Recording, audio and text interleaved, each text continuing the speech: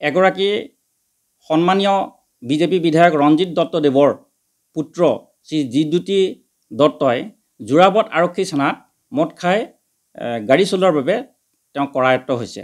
আৰু এই বাতৰি ইতিমধ্যে সকলো বাতৰি কাকতত সংবাদপত্ৰত সবিস্তাৰে প্ৰকাশ পাইছে। এতিয়া আমাৰ প্ৰশ্ন হ'ল যে তেখেত এজন সন্মানীয় বিধায়কৰ পুত্ৰই নহয়, তেওঁ বিজেপিৰ যুৱ মৰ্চাৰ বিশ্বনাথ জিলাৰ উপসভাপতি।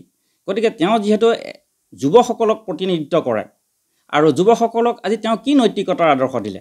তেওঁ মদ খাই আমাৰ কোনো ক'বলগীয়া নাই। কিন্তু কথাটো হ'ল অসমত বা ভাৰতবৰ্ষত 2019 চনৰ পৰা আমাৰ এমেণ্ডেড যিখন মটৰ ভেহিকল এক্ট আছে, সেই এক্ট মতে মদ খাই এজন মানুহে গাড়ী চলাব নোৱাৰে, আৰু চলালে কি হয় যে ফাইন হয়। এতিয়া কথা হ'ল যে যিকণ সময়ত তেখেতৰ পিতৃয়ে লোকসভাৰ টিকেট তেওঁ বিচাৰি সকলো ফালে আমি কুচকাৱাজ কৰা তেওঁ দেখিছোঁ, এনে সন্দিক্ষণত তেওঁৰ নিজৰ পুতেকৰ বিষয়ে মদ খাই গাড়ী চলোৱাৰ বিষয়ে এক নৈতিকতাৰ প্ৰশ্নটো বাৰুকৈ এতিয়া উত্থাপিত হৈছে বিহালীবাসী ৰাইজৰ মাজত। সেয়েহে আমি এই ক্ষেত্ৰত অকল তেওঁৰে পদত্যাগ যুৱ মৰ্চাৰ পৰা আমি দাবী কৰাই নহয়, বাপেকৰো আমি তেওঁ স্পষ্টীকৰণ বিচাৰিছোঁ। তেওঁ স্পষ্টি দিয়ক আৰু তেওঁৰ সাহস কৰক যে পিতেকে আইনৰ মুখামুখি হওক। এতিয়া প্ৰশ্ন হৈছে আমাৰ যোৰাবাট আৰক্ষী থানা আৰু লগতে পৰিবহণ বিভাগলৈ যে তেওঁক মন্ত্ৰীৰ পুত্ৰ হোৱাৰ বাবেই তেওঁক সেই আৰক্ষী থানাৰ পৰা মুক্ত কৰি দিয়া হ'ল নেকি?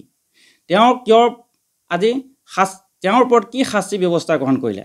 আজি মটৰ ভেহিকল এক্ট মতে তেওঁৰ শাস্তি তেওঁৰ ড্ৰাইভিং লাইচেঞ্চ আৰু তেওঁৰ গাড়ীৰ ৰেজিষ্ট্ৰেশ্যন এই দুয়োটাই তেওঁৰ বাতিল হ'ব পাৰে আৰু 10,000 টকা ফাইন হ'ব পাৰে। গতিকে আমি চৰকাৰকো এই ক্ষেত্ৰত আৰক্ষী আৰু পৰিবহণ বিভাগে কি ব্যৱস্থা গ্ৰহণ কৰিছে সেয়া ৰাজহুৱা কৰিবৰ কাৰণে আমি বিশ্বনাথ জিলা কংগ্ৰেছৰ পৰা আমি দাবী উত্থাপন কৰিছোঁ।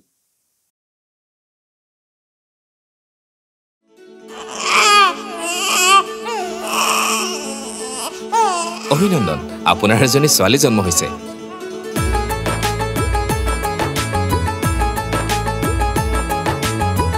লাহি পাহি এজনী পৰি আহিলে ঘৰখন উজলি, বেটি বচাও বেটি পঢ়াও, বেটি বচাও